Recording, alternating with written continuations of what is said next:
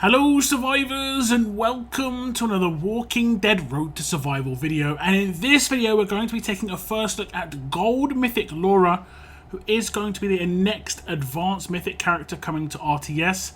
I get a lot of questions, when's the next Advanced one? Well, now you know. It is going to be this character right here. We haven't had too many versions of Laura in the game. I remember there was a really cool like 6-star one once upon a time. Visually, she actually looks pretty cool. She's got kind of like, I don't know, skiing gear on, like mountaineering gear on. It get a bit of a mix and match there. She has got a crossbow on her back, but she is not holding that as her main weapon. It is a pistol. Maybe we get a crossbow as an attached weapon, and a weapon like loose weapon to get in the future. That would actually be really good. On the left hand side, we're seeing very different art. It is going to be Laura in a little bit of a moment with Dwight, shall we say. Dwight seems to be a little bit taken by surprise. He's got his eyes open. Not cool, unless he actually might not have an eyelid on the eyelid. Let's move on as we go to level 1440 LB3 stats. She has got 15,265 attack, 29,003 defense, and 32,057 HP. She's an alert character, of course, holding that pistol on the right hand side. She is a control role character, which is kind of rare. We are going to see that she's going to be a mythic character, and she's going to be a member of the militia as her allegiance. This is one of the first members of the militia that's going to be added to the game in quite a while. I'm not actually sure. I can't even remember too many of the other characters that are in this allegiance. I'll have to go and look at some point. But for now, I'm going to check out her adrenaline rush, and it is called Helpful Provocation. It has got a recharge rate of 66 AP. Revive 4 teammates with 25% of their max HP. Taunt 2 enemies for 2 turns. So obviously 2 sections of this. The first part is very powerful. 25% of max HP is not huge, but at the same time, because she's alert, she's going to be in a team with these characters that are going to be, alert, like Nor. And if Nor gets picked up for whatever reason, all of her stuff still works. The bonus HP proc, lots of good things can happen at that point. And fortunately, it's not going to maybe coincide with, let's say, someone like Pam's, which can happen with her Halo. So maybe not as powerful there, but it's going to be pretty brutal. It's going to be pretty brutal. Revives have seemed to get like a little bit of a power boost recently, because a lot of the power on defense team characters seems to be in their signature moves. And obviously, you can't rush because you don't get AP, but you can do Sig moves. So it's just boosted, the revives again. There's a lot of revives on Sig moves as well. So yeah, there is potential there going forward to just have the revive chains back again. But the second half is going to be the Taunt. Taunt 2 for 2. That's pretty balanced. It's kind of normal. She is a control role character, so she'll get a good chance of doing this. A lot of people do use Taunt Resists. It's not going to be as effective against Laura here. Okay, so here we have Laura on an attack team. And it's actually kind of beneficial because it works on attack and defense. I would say she's more of a defense team character just because she has very defense balanced stats. But if we do the revive, it comes in. We pick up 4 characters. They instantly get to have their turn. So if they've got their signature moves, obviously they'll be able to do it. Otherwise, they'd be sat at 50% AP. If I do an attack, I potentially would get, enough AP to get a rush on a mythic character. Obviously, the 25% HP is not huge on these characters, but on a mythics, you can have characters like Nor, 120,000 HP. She's still going to have 30k, so it's not going to be too much of a problem. And you can also see 2 characters got taunted. It's kind of funny. It's the ones that have got the protection. It's just you have to see it rotate. But it's going to be Molly and Lee. They are going to have the taunts on them.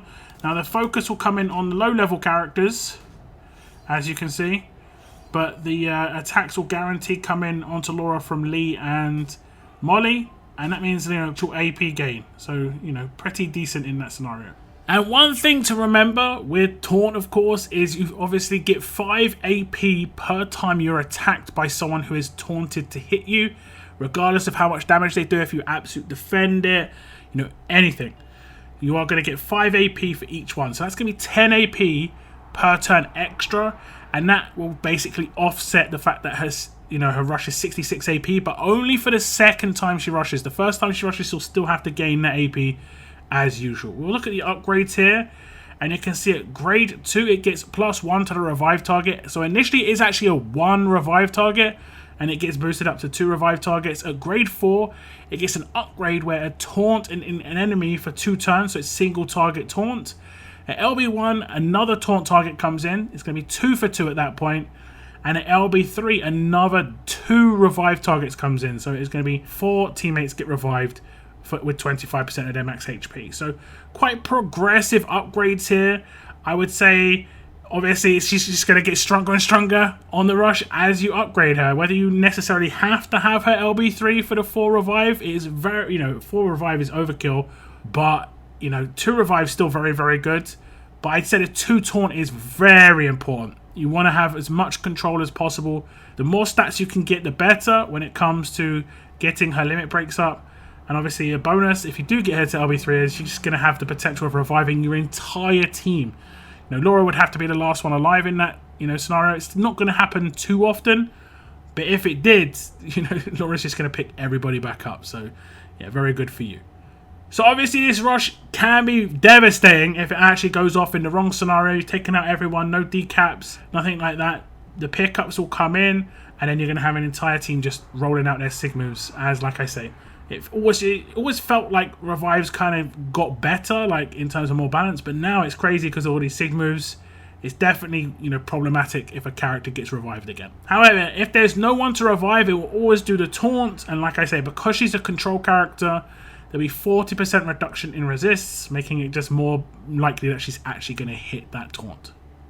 Now the next part of her kit is going to be her signature move, and it is an initial cooldown of turn 1, cooldown of 3 turns, number of uses unlimited, and it has got dazing an enemy for the rest of combat. This is actually pretty powerful, especially on an attack team, just because if you use it on attack, you can just daze a defense team character forever. There are obviously some characters that can cleanse, like you've got to be aware of the potential there, but there are some very nice signature moves. There are, like, I think there's a couple of people that give themselves decap resistance on their 6-mate. Is it Eris? And is it Amani? I'm not actually sure if Amani does it as well. There's actually quite a lot of nice signature moves just to actually eliminate. That's actually pretty nice. And it's the rest of combat, so it works pretty much exactly like the Confused for the rest of combat by Trader. And he could potentially, if he really wanted to, use them both in the same team. You could confuse someone for the rest of combat and daze another person for the rest of combat. It's definitely a viable option if you wanted to go that way. Now this is a turn 1 signature move, so I can just use it straight away, and I can just focus whoever I want. It's as simple as that. It doesn't do an attack, so for instance, if I had a character with a stun on defense weapon, like an alert character, I would just do it, and I wouldn't have any risk. You can see it's going to be dazed. No turn, just forever. That's actually pretty funny. Every 3 turns as well, this resets. So, if it is a drawn-out fight, maybe in a different game mode, for instance, like Onslaught, if it does ever rotate back around, it's going to be nice to just, like, daze particular characters to try and win without doing rushes and stuff. As much as the bonus isn't as big as it used to be, it's still beneficial to win with no rushes, so... yeah, I mean, this is going to help potentially that. And of course, because she's a control character again, less resist potential. Not too many people run daze resist, and I think there might be like debilitating status effect characters out there, and that will just reduce that on their passives as well. So that's just worth noting. If we look at the upgrades, we can see at grade 3, it gets -1 to starting cooldown, so it goes from a 3-turn cooldown down to a 2-turn cooldown. At grade 5, it gets -1 to cooldown, so it goes from a 4-turn cooldown down to a 3-turn cooldown. And at LB2, it gets -1 again to starting cooldown, and it goes from a 2-turn cooldown down to a 1-turn cooldown. I'd say this is very important. You want to get this off as early as possible in the fight. Whether she's on attack or defense, it doesn't really matter, especially considering the rest of her kit, which we will get onto in a second. She might not be able to get this off on other turns. She'll be prioritizing other parts of her kit. At least you'd hope she would. So getting this off first turn is quite important for Laura. A, for the control, but just B, for the actually getting it off rather than not actually getting the signature move off due to other parts of her kit. So overall, I think the signature move is just kind of okay. It's basically exactly like Traders. Maybe not as an important control type, but it is going to counter some particular characters out there. Whether you get dazed on attack or defense is always nice. Someone actually being dazed for the rest of combat, it can be very useful. On the wrong character, on an attack team, if you do use it on a defense, then they're going to have massively limited damage going forward. They're going to have potentially like less revive potential, that sort of thing as well. So it's not too shabby at all. Now before we move on in the video, guys, we're going to be doing a little giveaway of Advanced Mythic tokens. We have got 20,000 to give away. We're going to have first place having 10,000 and 2 runners-up getting 5k apiece. If you win, I'll reply to your comments, so make sure you have notifications turned on. I will also announce on my Discord, and you can check the live stream of when I actually draw it. The draw for this giveaway will be on the 19th of this month, so a week from Monday. I think that'll be like 4 days before the end of this wheel actually ends.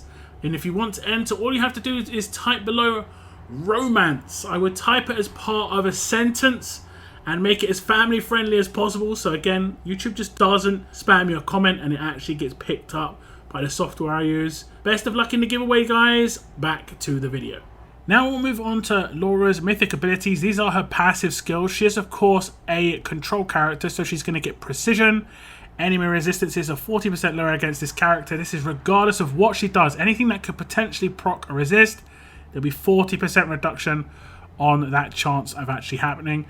When it comes to the next one, it's called commanding action. When performing the defend action, a single teammate gets 50% of their max AP, and she's going to be doing that from time to time because of her specialist skill, which we will get onto in a bit.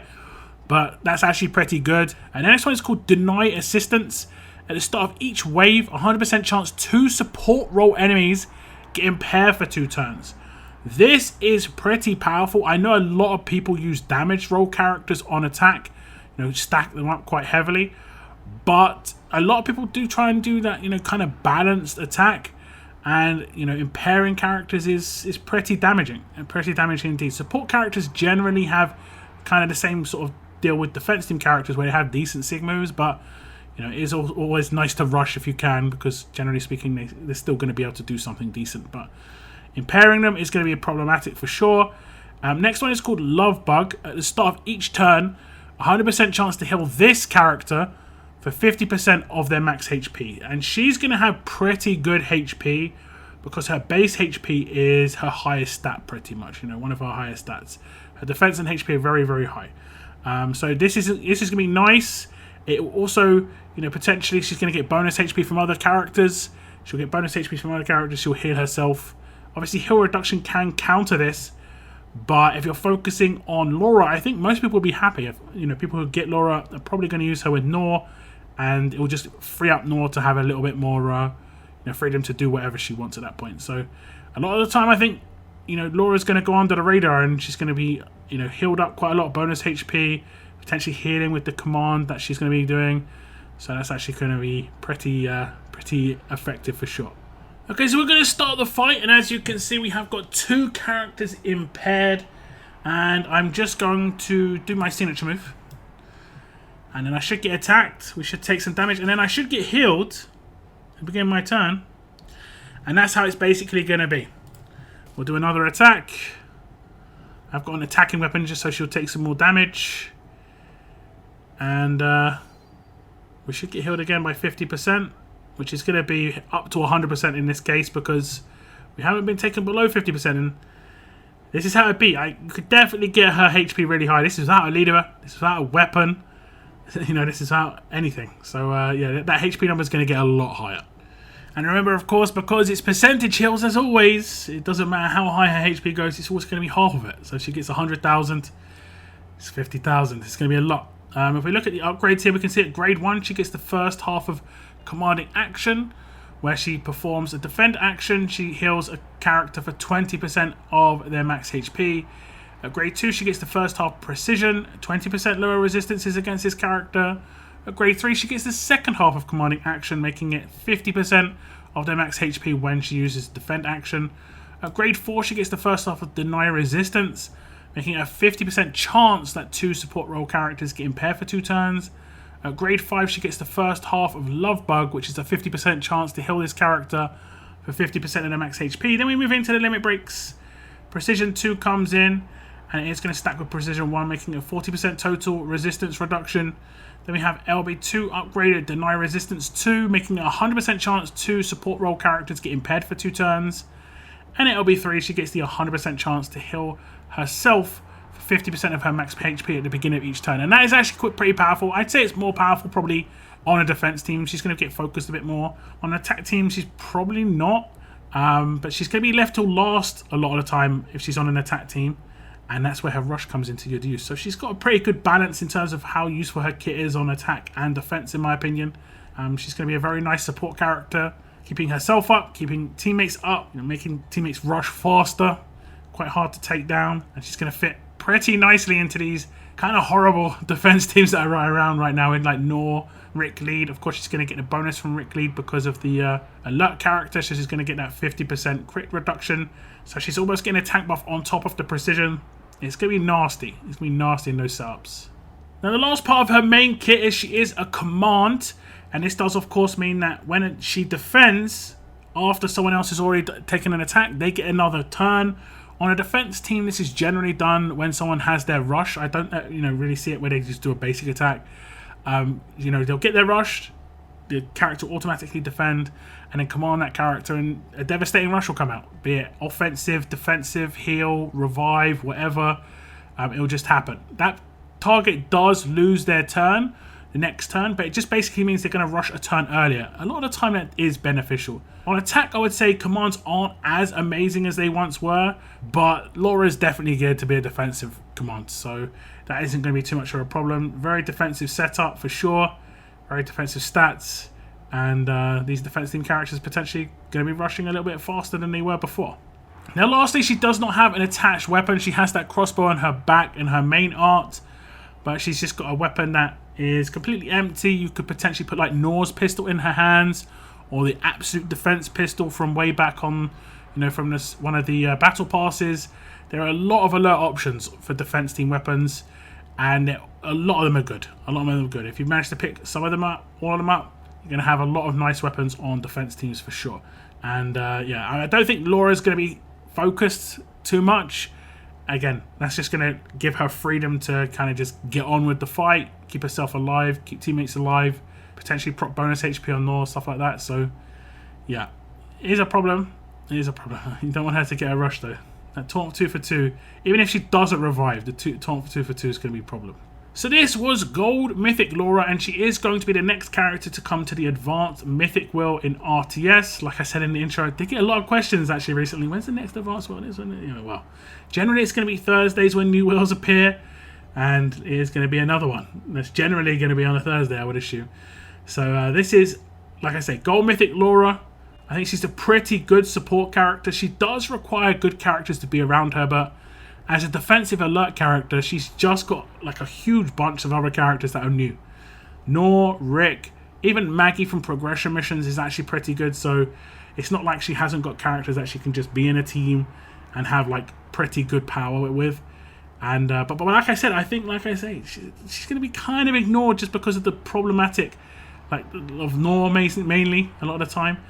And that's just going to give her freedoms to do what she does best. Command, heal people with her passives, and maybe get a bit of control in when she gets that rush up and that signature move. So that's actually good for her, honestly. That actually makes it easier for her.